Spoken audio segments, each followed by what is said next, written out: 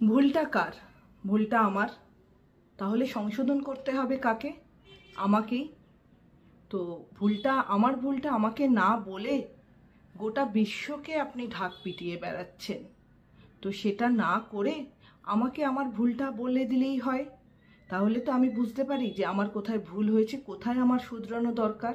আমার পেছনে কথা না বলে, গোটা বিশ্বকে না জানিয়ে আমাকে এসে বলুন। এটাকে বলা হয় কনস্ট্রাকটিভ ফিডব্যাক, গঠনমূলক আলোচনা। তো গঠনমূলক আলোচনার মধ্যে দিয়ে কিন্তু আপনি আমাকে বোঝাতে পারেন আমার ভুলটা কোথায়। যদি মজা নেওয়ার জন্য বলে থাকেন তাহলে সেটাকে বলা হয় পরনিন্দা।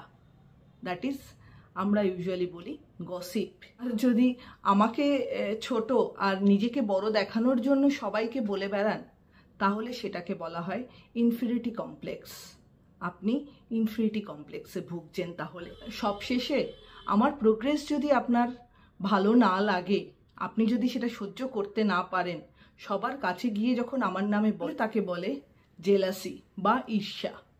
তো কোনটা আপনি পছন্দ করেন বা কোনটাতে আপনি রয়েছেন সেটা ডিসাইড করে একটু দেখুন তো, একটু নিজেকে অ্যানালিসিস করুন তো। কোন লোকটার পেছনে কথা বলবো না সামনে গিয়ে তাকে শোধরাবো, কনস্ট্রাকটিভ ফিডব্যাক দেব, গঠনমূলক মতামত দিয়ে তাকে সঠিক পথটা দেখাবো। কাজে আপনি কোন জায়গাটায় রয়েছেন অবশ্যই সেটা অ্যানালিসিস করুন। সবাই ভালো থাকবেন, সুস্থ থাকবেন। ভিডিওটা ভালো লাগলে চ্যানেলটা লাইক অ্যান্ড সাবস্ক্রাইব করে দেবেন। নমস্কার।